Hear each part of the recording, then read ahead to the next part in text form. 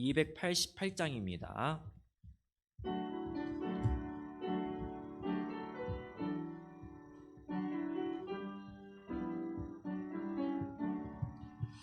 예수를 나의 구주 삼고 성령과 피로써 거듭나니 이 세상에서 내 영혼이 하늘의 영광 누리로다.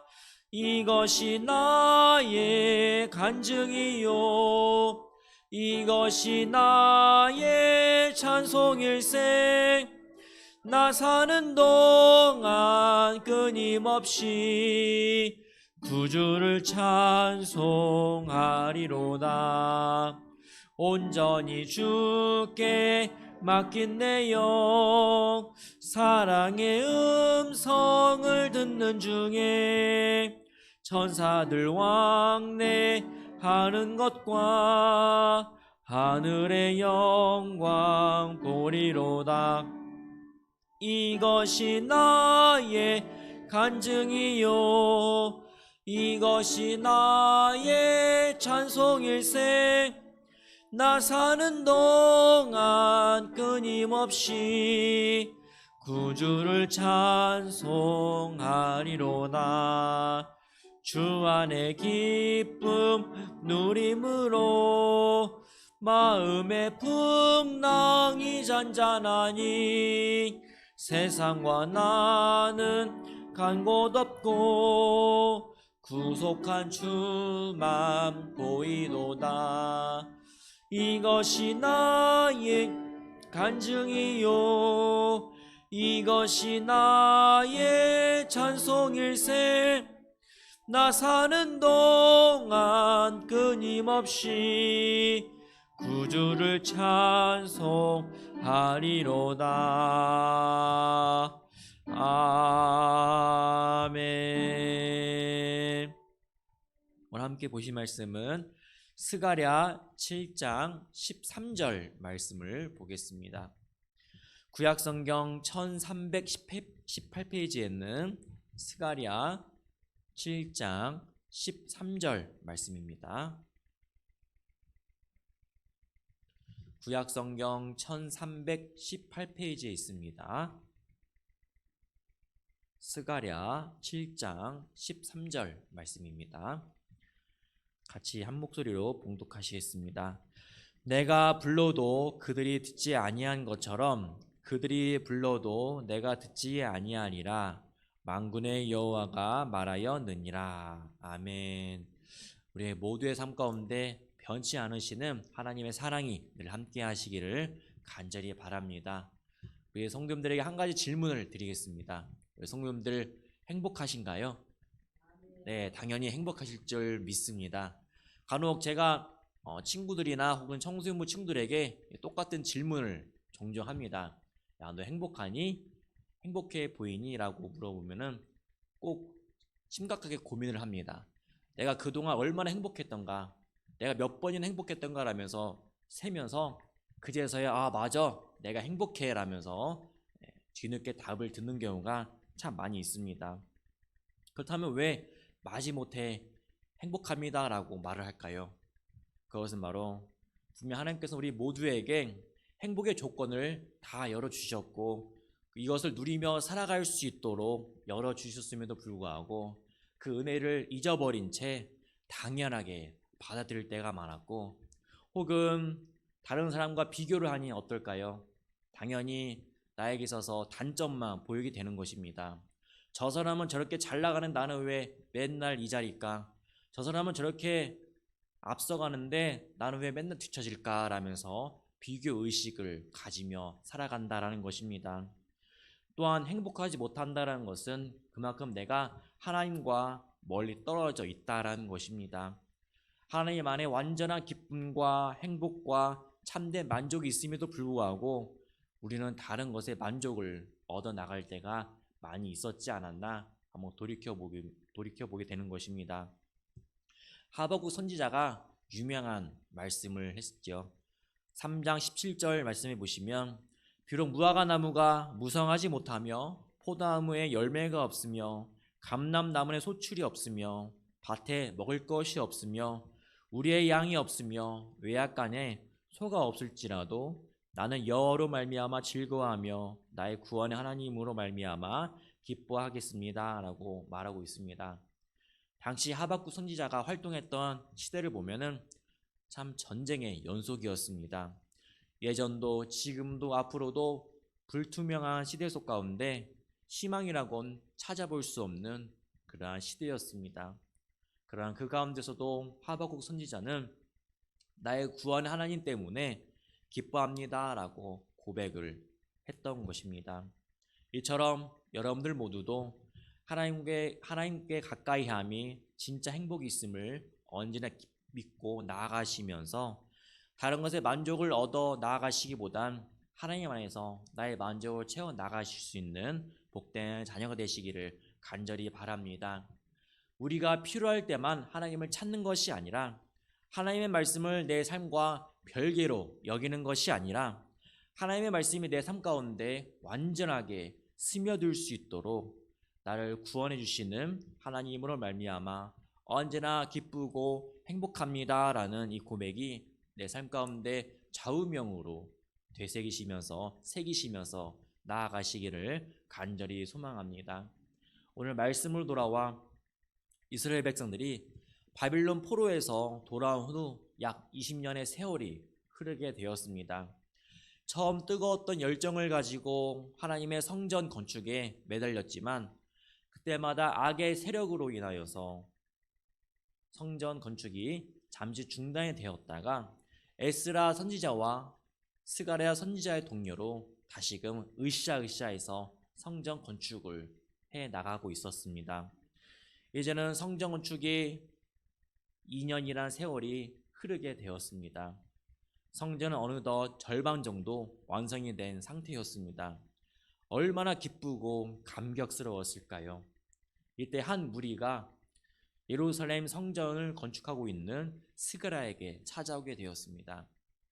2절 3절 말씀을 보시면 북쪽의 베델에서 세레셀과 레겜멜렉을 대표해서 수행원과 함께 스가랴 선지자에게 다가오게 된 것입니다. 이 사람들이 스가랴 선지자를 찾아온 이유는 한 가지 질문을 갖고 그 해답을 하나님께 직접 듣기 위함이었습니다. 이 질문의 내용을 3절 말씀해 보시면 만군의 여호와 전에 있는 제사장들과 선지자들에게 물어 이르되 내가 여러 해 동안 행한 대로 5월 중에 울며 근신하리이까 하매라고 말하고 있습니다. 이 말씀이 무슨 말씀이냐 하면 바벨론으로 끌려간 이스라엘 백성들은 바벨론에서 1년에 총 4번씩 금식하면서 하나님께 기도를 드렸습니다. 먼저 4월달은 예루살렘 성이 바벨론에 완전히 포위된 날이 바로 4월입니다. 그래서 저들은 이 날을 잊지 말자라면서 4월달에 금식을 하게 되었습니다. 또한 5월달에 금식을 했었었는데 바로 5월달은 예루살렘 성전이 파괴된 달이었습니다. 그리고 7월달에도 금식을 했었었는데 이때는 예루살렘의 대대적인 살육 사건이 벌어진 달이었습니다. 그리고 10월달은 예루살렘 성이 완전히 파괴된 날이 10월달이었습니다. 그래서 이스라엘 백성들은 바벨론의 포로 생활을 하면서 1년에 4번씩 금식을 하면서 애통해 했었습니다. 그런데 이제 예루살렘 성전이 거의 완공 단계에 들어서게 되었으니 예루살렘 성전을 파괴한 날을 기념하기 위한 5월달은 더 이상 이제 기념하지 않아도 되지 않냐라는 것이었습니다. 그래서 지금 5월달 금식에 있어서 우리가 해야 될까요? 말아야 될까요? 라면서 하나님께 묻기 위하여서 이 사람들이 스가랴 선지자에게 직접 오게 된 것입니다. 물론 1년 내에 4번이나 금식하고 애통해 하는 것, 이것은 하나님께서 명령하신 것은 아니었습니다. 때론 우리의 생활 관습이 굳어져서 하나님의 말씀처럼 되는 경우가 많이 있습니다. 지금 이스라엘 상황이 그렇습니다. 이에 대해 하나님의 대답이 5절 말씀에 나와 있습니다. 온 백성의 백성들과 제사장들에게 이르러 너희가 70년 동안 5째 달과 7째 달에 금식하고 애통하였거니와 그 금식이 나를 위하여 한 것이냐라고 말하고 있습니다. 즉 하나님의 대답은 이것은 너의 슬픔과 아픔 때문에 너희 스스로 금식하며 애통한 것이지 진정 나를 위해 한 것이냐라는 것입니다. 그리고 하나님께서 반문하십니다. 6절 말씀해 보시면 너희가 먹고 마실 때에 그것은 너희를 위하여 먹고 너희를 위하여 마시는 것이 아니냐라고 하나님께서 반문하셨습니다.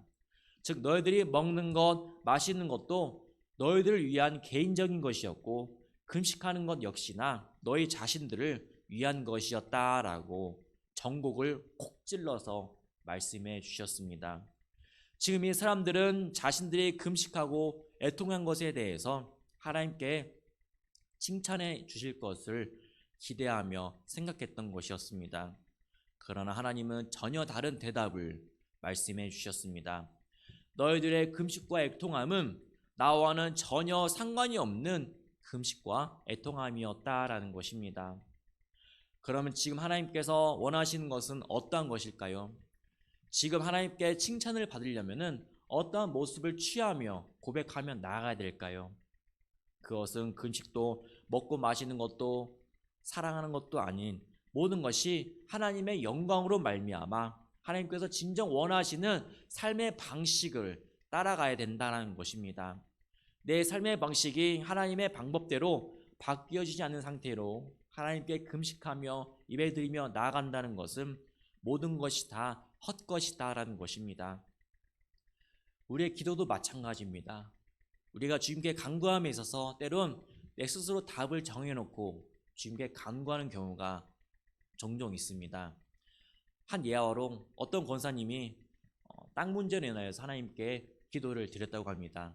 하나님, 저에게 이 땅이 있는데 팔아야 될까요? 말아야 될까요? 하나님, 응답하여 주시옵소서 라면서 하나님께 간절하게 매달려 기도했다고 합니다. 그렇게 기도를 하면서 점점 내 마음 가운데 이 땅을 좀 팔았으면 좋겠다라는 마음이 강하게 임하게 되었고 하나님께서도 역시나 동일하게 생각하시겠지라는 마음으로 하나님 이 뜻대로 땅을 팔도록 하겠습니다 라면서 내 생각대로 판정을 내렸다라고 합니다. 한 가지로 말씀을 드렸지만 내 마음이 하나님 마음보다 앞서거나 조급해하는 경우가 있습니다. 혹은 내가 답을 딱 정해놓고 하나님께 기도하는 경우도 많이 있습니다. 물론 그 당시에는 마음이 졸이는 경우가 있습니다. 왜 하나님께서 즉각 응답을 안 해주실까? 급한데 얼른 하나님께서 척척 응답을 해주시면 참 좋으려나 왜 그리 응답을 안 해주시고 계시나라는 그런 마음이 들 때가 너무나 많이 있습니다. 그러나 진정으로 주님께 간구한다면 나의 기도보단 하나님의 의를 위하여서 하나님의 마음으로 깨닫게 해달라는 간구함이 더 중요하다는 것입니다. 우리의 마음을 하나님께서 그 누구보다 더 잘 아시기 때문입니다. 나보다 나를 더 잘 아시는 하나님께 우리가 진실함으로 고백하며 나아가시기를 간절히 원합니다. 하나님께서는 자기 욕심을 위하여서 금식하고 울며 엎드린 자들의 마지막을 이렇게 말씀하셨습니다. 13절 말씀해 보시면 내가 불러도 그들이 듣지 아니한 것처럼 그들이 불러도 내가 듣지 아니하랴 만군의 여호와가 말하였느니라 라고 말씀하고 있습니다. 즉 백성들이 불러도 듣지 않겠다라고 말씀하셨습니다. 하나님 앞에서 애통하며 울며 금식하고 불러도 하나님이 듣지 않으시겠다는 것입니다. 하나님의 영광을 위한 신앙생활이 아니라면 아무리 목청껏 외치고 불러도 하나님은 듣지 않으시는 분이십니다. 그러나 반대로 나의 믿음 생활이 하나님의 영광을 위한 것이라면 하나님은 우리의 간절함에 집중하고 계시는 분이십니다. 그러니 저 여러분들은 언제나 주님 앞에 진실한 마음으로 나아가야 하는 것이 참 중요한 마음의 자세입니다. 하나님의 말씀은 내 삶의 한복판에서 날마다 실천이 되어져야 하며 하나님이 기뻐하신 삶으로 말미암아 내 삶의 전환이 분명하게 일어나야 되는 것입니다. 우리 성도님들 모두가 내 간절함에 앞서 판단하시기보단 그럴수록 우리 모두가 주님의 간구함을 구하시고 주님의 뜻을 구하시고 나아가시기를 간절히 원합니다. 또한 내 상황이 평온하다 해서 내 모습이 내 현실이 평탄하다고 해서 주저앉는 신앙이 아닌 날마다 깨우쳐 앞서 나갈 수 있는 복된 신앙인들이 되시기를 간절히 원합니다. 그럴 때 내가 진정으로 하나님께 나아갈 수 있는 계기가 되는 것이며 주님을 전적으로 믿고 신뢰할 수 있는 참된 자세가 될 줄 믿습니다. 이 믿음대로 오늘 하루도 내 뜻보다는 그럴수록 주님의 뜻을 간구하면서 나아가시기를 간절히 바랍니다. 주님이 나에게 하시고자 하는 그 말씀을 집중하시면서 그러한 뜻을 분별하시면서 이 하루도 승리로 나아갈 수 있는 믿음의 자녀가 되시기를 간절히 바랍니다. 기도하시겠습니다. 하나님 너무나 감사합니다. 부족한 우리를 주님의 자녀로 구별해 주시고 또 언제나 우리의 마음을 선하게 주장해 주시고 하나님의 믿는 신앙으로 성장하게 하시니 참으로 감사합니다. 날마다 주님 앞에 진실함으로 고백하게 하시고 내 생각에 하나님을 판단하는 것이 아닌 내 생각은 내려놓게 하시고 주님 앞에 묻는 지혜로운 자녀가 되도록 주님 함께하여 주시옵소서. 우리가 하나님을 필요할 때만 찾는 것이 아닌 하나님의 말씀을 우리의 삶과 전혀 다른 것으로 여기는 것이 아닌 주님의 말씀이 내 삶 가운데 완전히 스며들 수 있도록 하나님으로 말미암아 기뻐하는 자녀가 되도록 주님 함께하여 주시옵소서. 오늘 하루를 열어주셨습니다. 이 하루도 삶의 각 처에서 열심을 다하여서 진실한 마음을 갖게 하시고 하나님의 이끄심 가운데 승리하며 나아갈 수 있는 복된 하루가 될 수 있도록 하나님 함께하여 주시옵소서. 언제나 함께하실 주님을 기대하며 이 모든 말씀 예수님 이름으로 감사하며 기도합니다. 아멘. 이 시간 함께 말씀을 가지고 기도하며 나아가시겠습니다. 하나님 너무나 감사합니다. 언제나 내 삶 가운데 동행해 주시고 지켜주시고 역사해 주신 하나님